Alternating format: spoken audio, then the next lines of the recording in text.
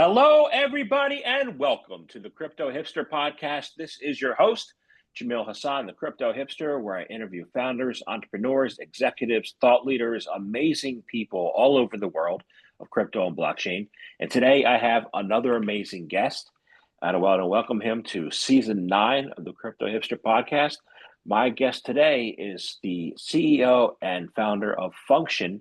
His name is Thomas Chen. Thomas, welcome to the show.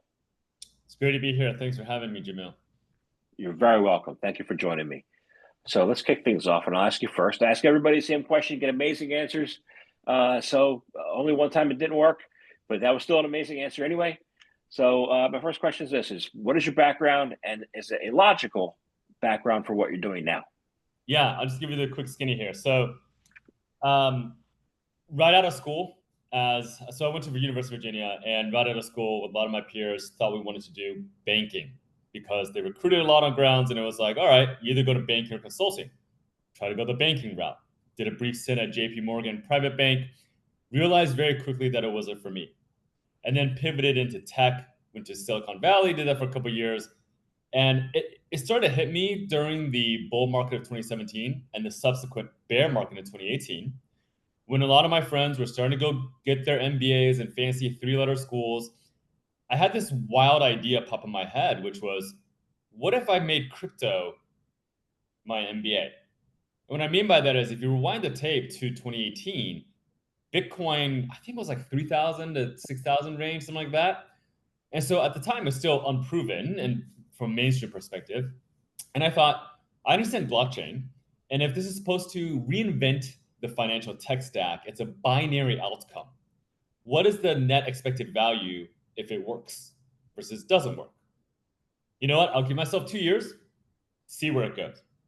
So for the next 2 years and the next 6.5, almost 7 years, actually, I joined a company called BitGo. For those unfamiliar, BitGo is one of the largest qualified custodians, right? It filed at its post-IPO. And I recently left about 8 months ago, and I was global head of sales at BitGo, overlooking all revenue-related operations. And the question that hit me was, last year, BitGo hit 100 billion with a B in assets under custody, right? Fastest 0 to anything, 100 billion in assets for any trust company ever, right? A good majority of that was just BTC, right? So the question I had in my head was, well, this BTC is just sitting there. It's not doing anything. Our clients are just paying, some bips, some small percentages for the security of this, but they can't do anything with it. So what can we do to get them to do something with it? So that idea started. This was right around time last year when Bitcoin Fi took off with, the restaking and all these different L1s, L2s, right, side chains, etc. And to clarify, I'm not the founder of Function, but I was brought in as a CEO. So Function and the asset FBTC was incubated about just over a year ago within the teams of Mantle and Antalpha. And basically, in my head, the problem I was trying to solve is, you have a bunch of BTC assets in a wallet.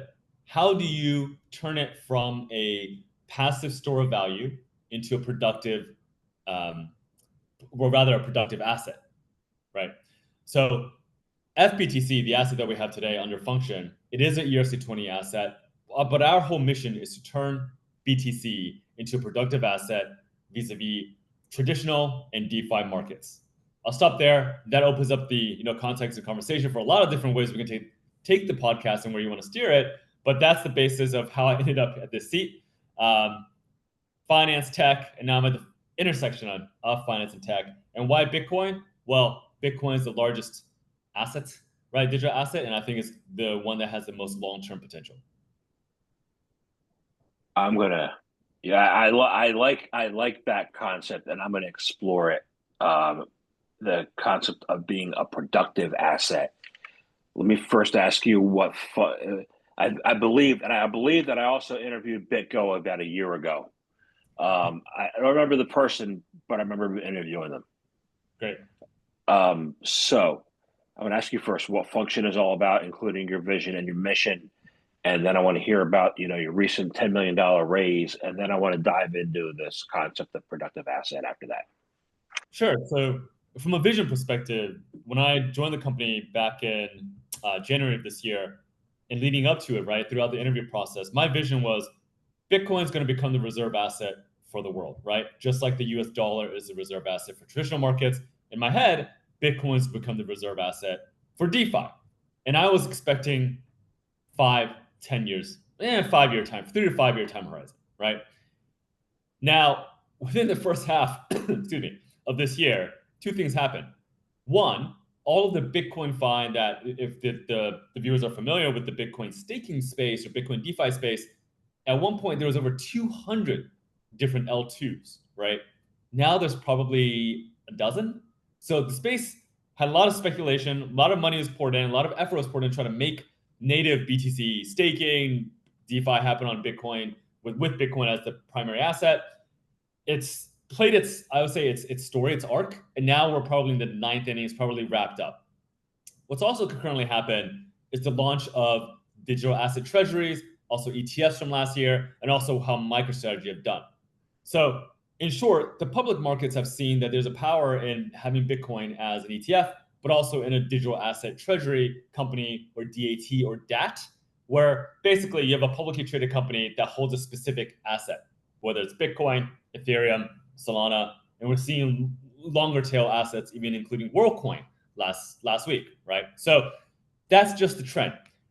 And my point there is it's happening, this adoption of crypto assets is happening way faster than I thought and I would actually have expected, right? So now you have a lot of TradFi individuals experimenting with crypto assets within the frameworks that they're familiar with, which is ETFs, publicly traded companies, etc., and even RWAs or real world assets.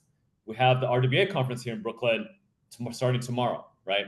So there's a confluence of traditional finance starting to adopt crypto, and a lot of crypto folks starting to adopt or get, especially under this current administration, get buy-in from the regulators to play in a much larger market, which is the traditional equities market.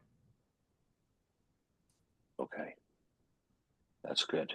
That's good. So I want to get your definition of productive asset because, a lot of people say that, Bitcoin has no use. It says except for as a store of value because the technology is slow, it's outdated or whatever the arguments are against it. So I want to get what you define as a productive asset. A productive asset is an asset that generates a return, right? So you're right. BTC in its current state, it is a proof of work blockchain. So there's no proof of stake. You can't technically stake the asset and earn staking rewards, right, for securing the chain. That's just not how Bitcoin was designed. Fine. But what you're seeing is you have all these hodlers of Bitcoin, institutional hodlers coming in, but with the public markets, MicroStrategy, I think there are more. The number of BTC being held by ETFs is larger than Satoshi themselves now, right? Especially with public markets coming in as well. So now the question is, if you are a CFO or head of treasury and you're a publicly traded company, you're starting to acquire BTC because from a fiduciary perspective, you'd be foolish not to. You examine this and yes, I'm gonna hold BTC on my balance sheet. You hold BTC just like you hold cash. At the end of this year, the market's going to start asking, what are you going to do with the BTC?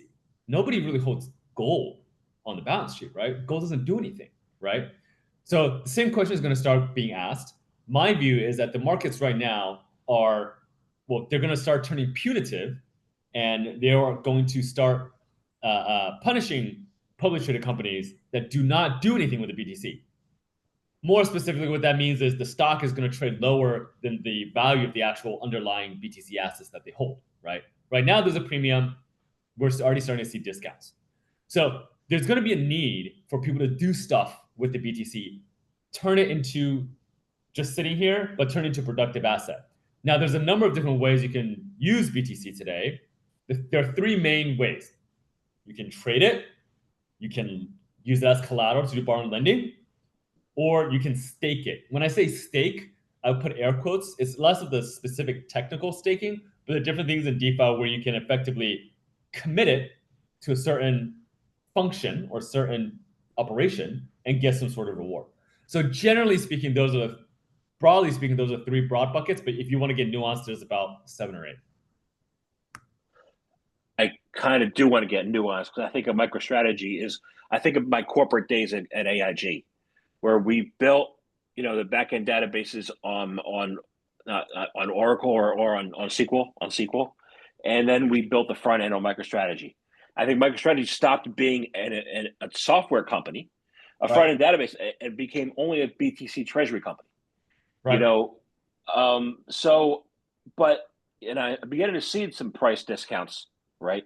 So those 7 or 8, the way I see Bitcoin treasury companies, and I could be completely wrong, and I would love to be completely wrong, is they're just a larger holder of Bitcoin than what I do at home, but on a massive scale. Like, we're doing the same thing. We're holding Bitcoin. Like, what's the difference? The difference is the one KPI that all publicly traded companies, these DJTs, care about, especially for Bitcoin or ETH or whatever, is Bitcoin per share. What is their share price relative to how much BTC they have? And because they're so large and they're able to do financial engineering like MicroStrategy is with Stripe and all the other subclasses, you can actually earn more by holding them than holding BTC outright in terms of appreciation, right? Because the market is pricing an additional premium onto the equity itself. Obviously, not financial advice, do your own research, but that's the game that they're playing, right? That's the game that MicroStrategy is playing. I don't think you're going to see more than, I mean, think about it as like a function of how much headspace you have. I could probably tell you at least half a dozen, maybe a dozen different digital asset trust, companies. For the retail consumer, you don't need to know that many, right? There's only maybe 1, maybe 2 that occupy your mind space, right? For Bitcoin, obviously, it's MicroStrategy, and they're leagues ahead of anyone else trying to do this. For ETH, you have 2 major players, BitMiner with Tom Lee and SharpLink, which is Joe Lubin, right? And of course, there's a lot more, right? Sorry, and also Bitcoin, there's MetaPlanet, but in Japan. So what they've done is same playbook, but they're navigating a different regulatory jurisdiction in the Japanese market and have been very successful as well. Got it. But some of these companies have no underlying business anymore except for holding Bitcoin. That's a different question. Yes. So MicroStrategy is probably the question. To reframe that question is, what is the operating company? What do you guys actually do, right?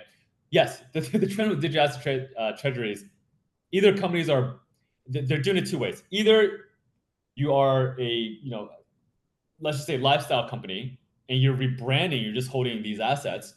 Okay, but how are you going to outcompete a MicroStrategy and their operating team or a MetaPlanet? What gives you the credibility or authority and expertise to outmaneuver them? Don't know. And a lot of these companies are people from TradFi or crypto are identifying companies that have already listed on NASDAQ or NYSE, right? They're zombie companies not doing anything. They'll buy them out effectively and then load up on a bunch of Solana assets, Ethereum assets, BTC assets. So the reason they want to do this, why? Because the liquidity, the breadth of market access for retail users in publicly traded markets, right? Much larger than crypto at this time, right? So you think about the depth of liquidity on NASDAQ or NYSE, and how many retail users have access to these equities, especially for US market, via your brokerage, Robinhood, or Fidelity, or whatever your brokerage is, right? How many of the retail users can access the digital asset treasury and get exposure to Bitcoin that way versus, I got to download some specific wallet. I got to figure out how to do it myself, right? It's a bit of a 0 to 1. Going back to your point, it's making it simple from the user experience, right? And abstracting away the complexity in the back end. Got it. So you have these treasury companies, massive treasury companies like MicroStrategy. Okay, you got the Bitcoin, you got the treasury, you got it there. Now what do you do? So so that's the question, right? MicroStrategy obviously has its own, own strategies. But our view is we want to create a platform. Function today, we are a marketplace of different strategies for Bitcoin yield, what I call high integrity Bitcoin yield. So from a risk profile perspective, There are strategies that an institution would look at, an asset manager, a fund, right, and say, you know what, I can underwrite this risk. I understand what's happening. Yes. What I'm not doing is trying to find the super long tail end of DeFi where the yields are 3,000% on BTC, right? Which obviously you're going to have to ask, where's the yield coming from? Is it sustainable, right? It doesn't pass muster. So today, what Function is doing is we're curating the best Bitcoin yield strategies from third parties, and our or users of our platform can get access to those. Obviously, they take on certain risks with different strategies, but they can explore these different Bitcoin strategies. That's where we are today. The intersection of us and the digital asset treasury companies is one whereby you can imagine where these companies, as they look to deploy the BTC, just like deploy cash, right? I'm going to use my words a little bit carefully here. You can think of it like we're not this today, right? But the analogy I want to paint is where the industry I think is headed, which is with cash, you can put it in money markets. What is the equivalent for BTC, right? Whether it's we're tackling that, there are other players trying to tackle the same challenge as well. I think it's a worthy challenge that's large enough and it has enough staying power. Got it. So let me ask you about what these strategies are. Some of them. Yeah, absolutely. So at a high level, I'll start with just lending, right? The main flow is actually quite simple. A lot of the yield that's being generated today in DeFi or anything is actually using cash or stablecoins. Well, how does Bitcoin fit in that equation? Bitcoin is simply the best form of collateral, right? People use it as pristine collateral, and they will lend USDC, USDT, or cash against the BTC, and you can then do whatever you want with it, right? So a lot of these strategies are about collateralization, using Bitcoin as collateral for low interest loans to fund operations, to do new investments. Excuse me. And what it also does is, because you're not selling the BTC, you're not triggering tax events, right?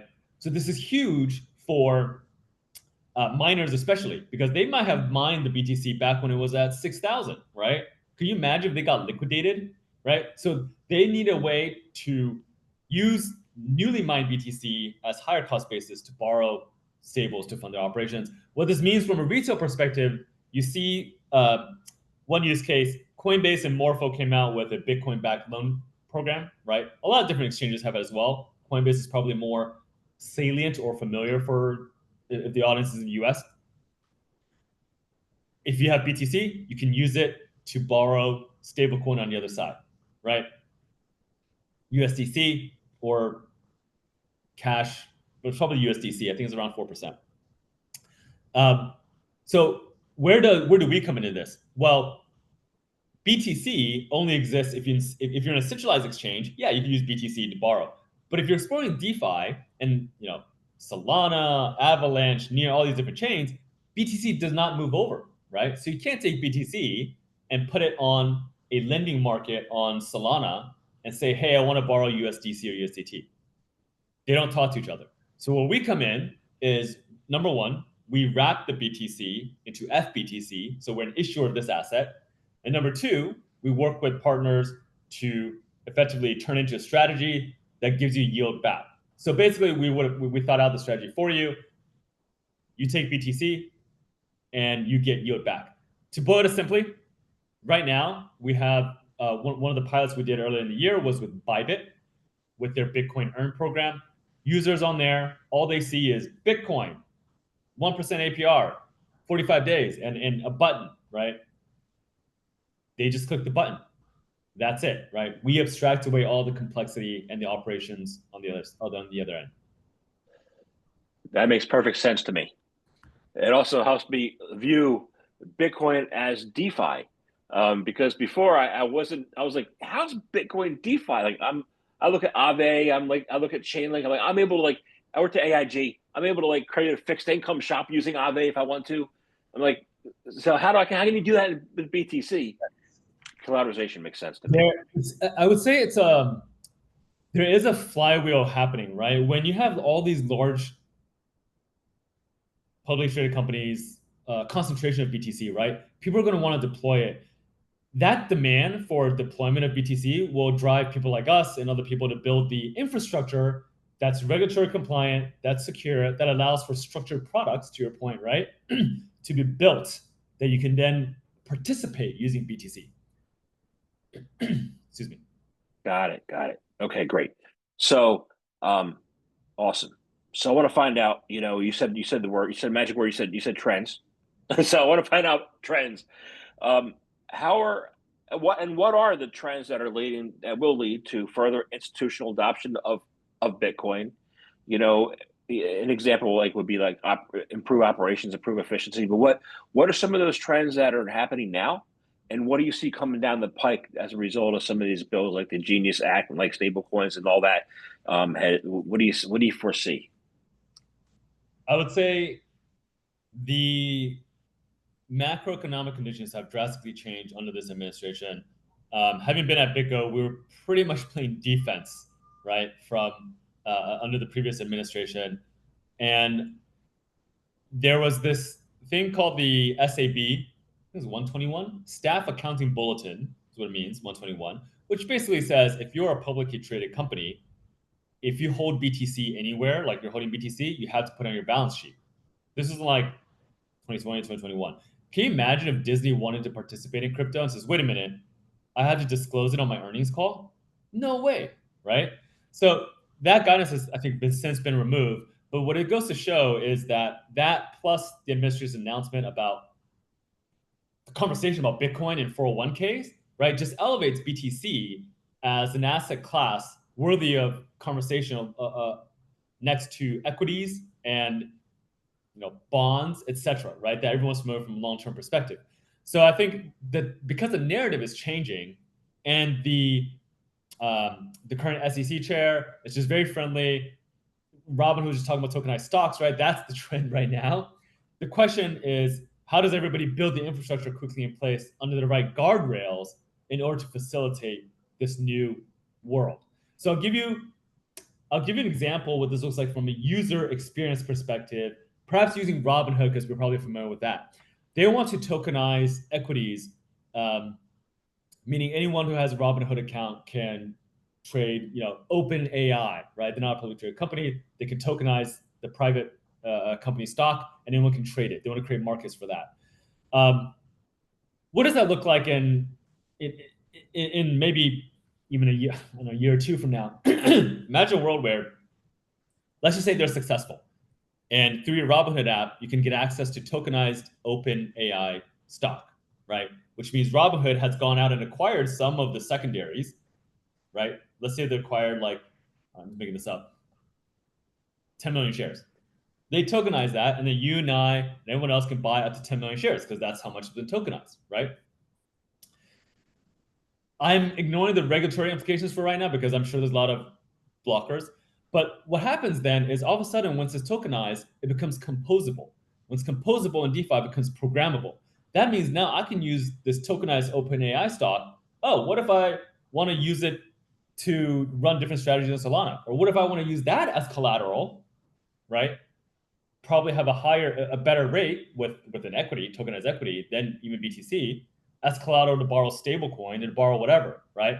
So all of a sudden, what DeFi is doing in general with the public market narrative, plus what DeFi is doing, is turning the traditional financial marketplace into bite-sized components like Legos that are composable. You can stack them and create your own different financial. It's all financial engineering, right? Financial products, structured products, and I think we'll see a Cambrian explosion of structured products once regulation allows for clear-cut guidelines.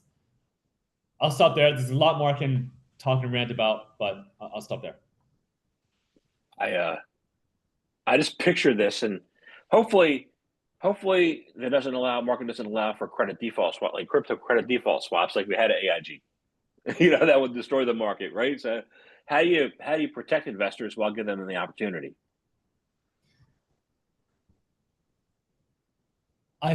So I would say having access, aka the opportunity, means you take on certain risks, right? So you all have to do your own research, have to be well educated on exactly what's happening, right? Of course, if publicly traded companies and the SEC are overlooking a lot of this stuff. Of course, it's all focused on consumer and retail protection, right? So we can imagine that if this experience does exist in a Web2 brokerage app that we're familiar with, you're going to probably have the right disclosures or maybe like a onboarding tutorial to show you exactly what's actually happening if you partake in this specific action, right? So I think ultimately what crypto seems to always like have as a lagging factor is UX. I think all of us, all the call it the geniuses went into crypto, right, to find opportunity, but people forgot about the user experience. So the user experience is catching up. I think user experience is going to be paramount to unlocking the next wave of usability and flows. And of course, for us as an infrastructure company, we're just abstracting away. I want to be as simple where you can come to a platform. The modal you'll see is, what do you want to do with your strategy? What's your risk profile? Are you, it's similar to probably what you're familiar with, Jamil. Is it a conservative strategy, a balanced strategy, or an aggressive strategy, right? And then I can click it and see that how it's actually being allocated. If I'm okay with that, great. One button, done. And we can do, live our lives. So. I like it. I like it. Now I want to go back to what you said about the regulatory landscape. You said something. You said it. You said that new SEC is friendly, and all I've seen is delays of ETFs not named Bitcoin. So is the SEC friendly? With all the delays and delays, all the Litecoin, Solana, all the other ETFs are being pushed back. How friendly is this SEC? I'm not close enough to that to say, but I will say that the spirit, at least for those of us here in the trenches, right, it is night and day. And friendly does not necessarily mean that they have the operational team to move fast and break things, right? Like a traditional Silicon Valley company. Bitcoin also is not a security, it's a commodity, right? So maybe they are still, I don't know what the process is for the SEC to reviewing this stuff. Maybe they want to see how it plays out with Bitcoin and Ethereum before they start opening up for other assets. Got it. Also, to get another one, right? Like the narrative could be headline, oh, Bitcoin should be included in 401ks. Well, guess what? Guess who regulates 401ks? It's not the SEC, it's the Department of Labor. It's a very different regulator, right? So it's like the administration can say all these things and express that, hey, this is the direction we want to go into. But when it comes to, rubber hitting the pavement, brass tacks, you still got to navigate through the appropriate channels. Okay. All right. That's a good to know. I did not know it was the Department of Labor. So yeah. So other bureaucracies are a lot slower. So yeah. It's awesome. So I want to find out, how institutions, can, now the institutions are pouring money into these treasury companies, into DATs, and we're headed that way.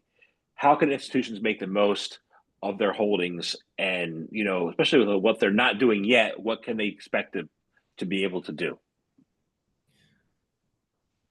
If you're running a treasury company, you have a balance sheet, and if you're the treasury manager, right? You need to pass a certain hurdle rate for an investment. Like you need to get a return on your balance sheet. You have to deploy it and generate some threshold of return, right? And if you're starting to add BTC, sure, you have some price action on that. But then the question is, how are you hedging against the downside price action of BTC, right? If there are products like ours that help them get yield that fit their risk profile, the yield from the BTC could be a hedge, right, to the price action of BTC. Of course, more traditional ways are just going into exploring Bitcoin options and different strategies, but those have their own separate risks as well, right? Because a lot of these strategies, they're run by managers, and it's being you have to do due diligence on the managers. So if you want Bitcoin to be productive, there's always going to be risk. Heck, even as a store of value, you have custodial wallet risk, right? If you're self-custodying it, you have to trust that you are your hygiene is there, right, for security. And if you trust a third-party wallet or even a custodian, you are still taking on trust assumptions that they're doing the right thing to secure your BTC, even if you're just leaving it at Coinbase, right? So there's always risk across the spectrum. It's what amount of risk do you want to take on for the amount of return? Yeah, I agree.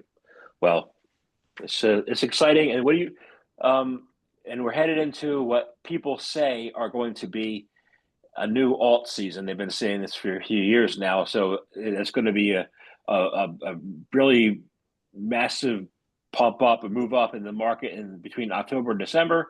I'm thinking I'm in the camp that says the winter. What do you see as this market in the next year or so?